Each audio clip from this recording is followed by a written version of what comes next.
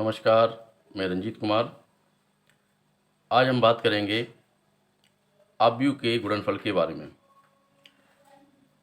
हमारे पास एक प्रश्न है, यदि a is equal to 125,346, b is equal to 402115, तो a b का मान ज्ञात करना है। यानी हमें दो आव्यूह दे रखे हैं और दोनों का हमें गुणा करना है।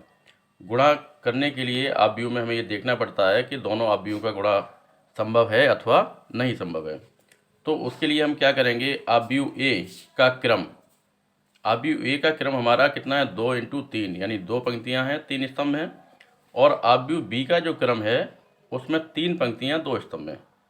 अगर पहले आव्यूह की स्तंभ और दूसरे आव्यूह की पंक्तियां समान हैं तो हम दोनों आव्यूह का गुणा कर सकते हैं, और अगर ये समान नहीं है तो दोनों आव्यूह का गुणा नहीं होगा। गुणा करने के बाद जो आव्यूह प्राप्त होगा उसमें 2 पंक्तियां और 2 स्तंभ होगा। ये हम पहले ही से ज्ञात कर सकते हैं कि गुणा करने के बाद जो आव्यूह आएगा उसका क्रम क्या होगा। तो यहाँ हमें स्पष्ट है कि हमारा गुणा करने के बाद जो आव्यूह आएगा उसमें 2 पंक्तियां और 2 स्तंभ होंगे। अब हम ए का बी में गुणा करेंगे, पहला आव्यूह लिखेंगे इंटू दूसरा आव्यूह, और गुणा जो हम करते हैं वो रो बाई कॉलम करते हैं, यानी पंक्ति का गुणा स्तंभ में, पहली पंक्ति का गुणा पहले स्तंभ में करेंगे और फिर पहली पंक्ति का गुणा दूसरे स्तंभ में करेंगे। इसी तरह दूसरी पंक्ति का गुणा पहले स्तंभ में और फिर दूसरी पंक्ति का गुणा दूसरे स्तंभ में करेंगे। इस तरह से गुणा करेंगे। शुरू करते हैं। देखो, पहली पंक्ति का गुणा पहले स्तंभ में, यानी 1 × 4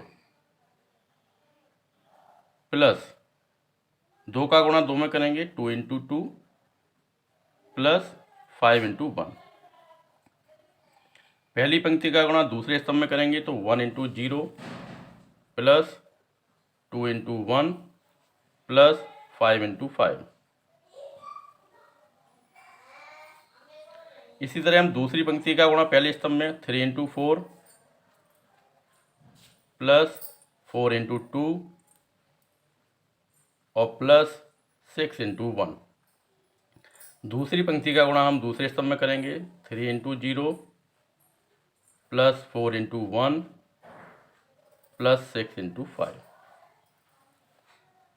इक्वल टू आएगा हमारा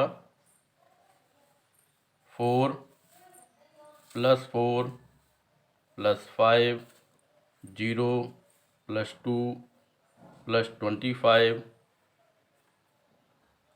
12 प्लस 8 प्लस 6 0 प्लस 4 और प्लस 30 इक्वल टू 4 फिर 8 और 5 कितना हो गया, 13। ये हो जाएगा आपका 26 27 और ये 34। ये हमारा आंसर हो गया। इस तरह से हम आव्यूह का गुणा कर सकते हैं, और गुणा करने से पहले भी हम ये ज्ञात कर सकते हैं कि जो हमारा आव्यूह आएगा उसका क्रम कितना होगा। अब गुणा करने के बाद जो हमारा आव्यूह आया उसका क्रम कितना है, 2 × 2, यानी इसमें 2 पंक्तियां और 2 स्तंभ। ये हम पहले से ही ज्ञात कर चुके थे कि हम गुणा करने के बाद जो आव्यूह आएगा उसमें 2 पंक्तियां और 2 स्तंभ होंगे। धन्यवाद।